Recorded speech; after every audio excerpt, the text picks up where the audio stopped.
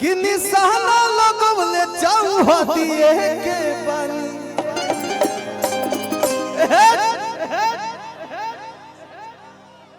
हाँ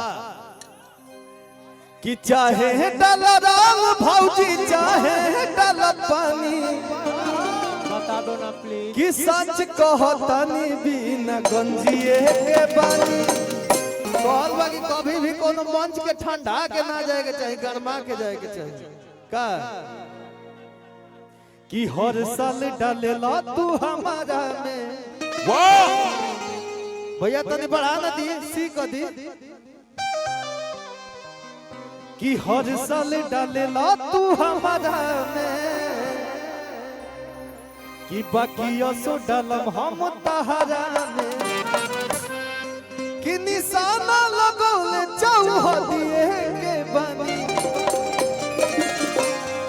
ए जगह दे तनी कहे से कि का भइल बा कि होली के दिन चलता केहू केहू पे पानी डाल देता, केहू केहू पे कुछ डाल देता, तो भौजैया अपना देवरा पर डाल देला बिया एक बाल्टी पानी आ गलती से ओकर अंदर बिया झुराई लइके। तो वे मजाकिया टाइप से हम लिखनी कि निशाना लगवले चौहदिए के बानी। अरे चाहे डाला राम भोगी चाहे डाला पानी, चाहे डाला राम भोगी चाहे डाला पानी कि सच कहतनी बिना कढ़िए।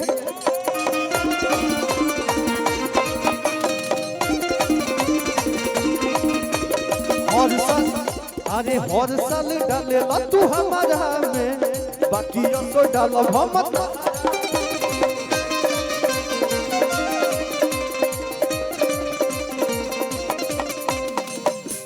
अरे तो निशाना लगवले चौहदिए के बानी। तो चाहे डाला राम भौजी चाहे डाला पानी, चाहे डाला राम भौजी चाहे डाला पानी कि सच कहतनी बिना चढ़िए के बानी।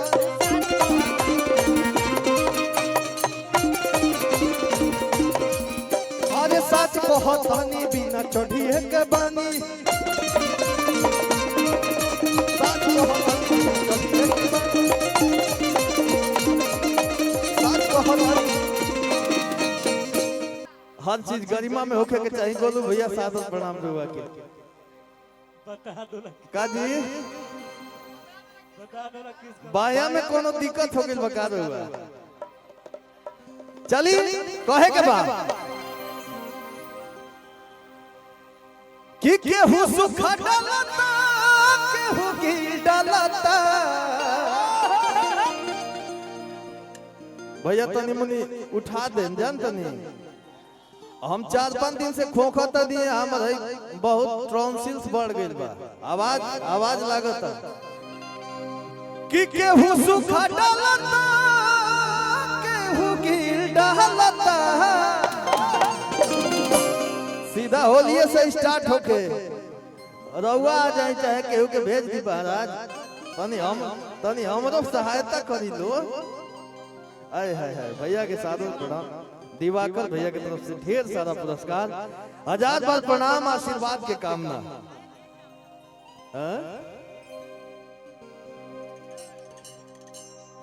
कि केहू सुख डालता केहू गिल डालता। आई गो मोर बाभाता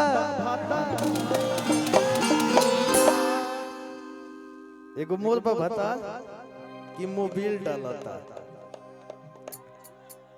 गोलू भैया स्टार्ट कर जाना, ढेर टाइम ना ले 5 मिनट। कि केहू सुख डालता केहू गिल डालता, केहू सुख डालता केहू गिल डालता।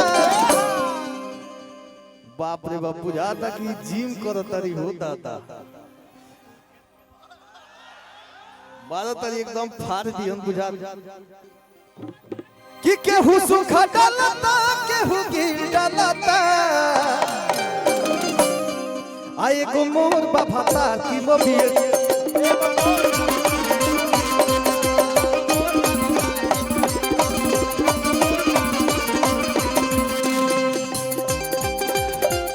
भैया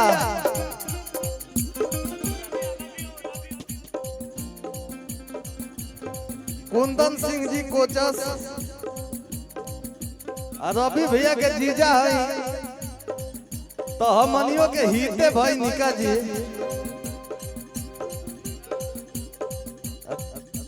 यही तो हम चाहें कि बड़ी लंबा चले और दूर दूर तक। आहा हा हा केहू करा डालता केहू ढील डालता। रूपा जी हजे केहू करा डालता केहू ढील डालता।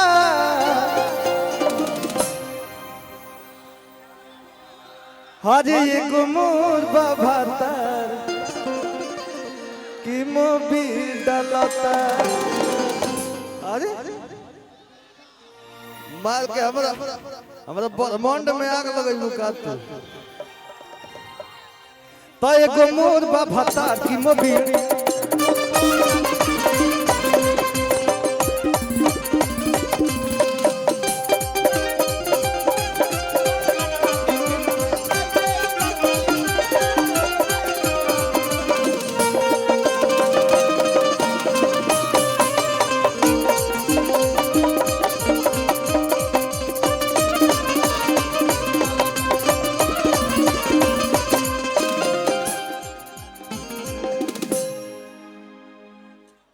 हफा देता कि आई फागुन के दिनमा उवे के महीनमा हज कहती ही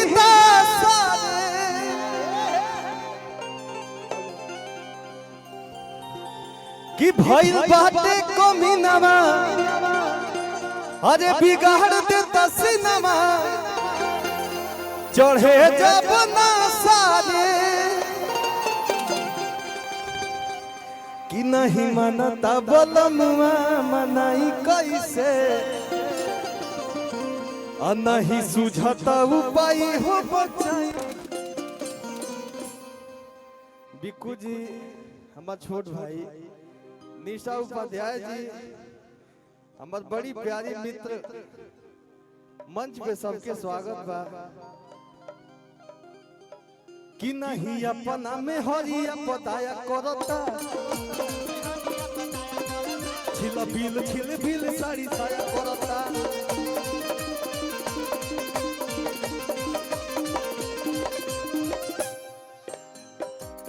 काजी हम तो चाहता नहीं कि यही रात भर सतैले रहे कि केहू खड़े खड़े डाले केहू ही डालता।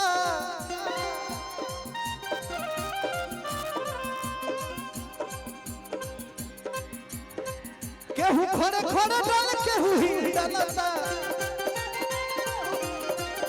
ए भैया आर्यन बाबू भाई हमार अब इनका के ठेहुनिया के मारे के पड़ी।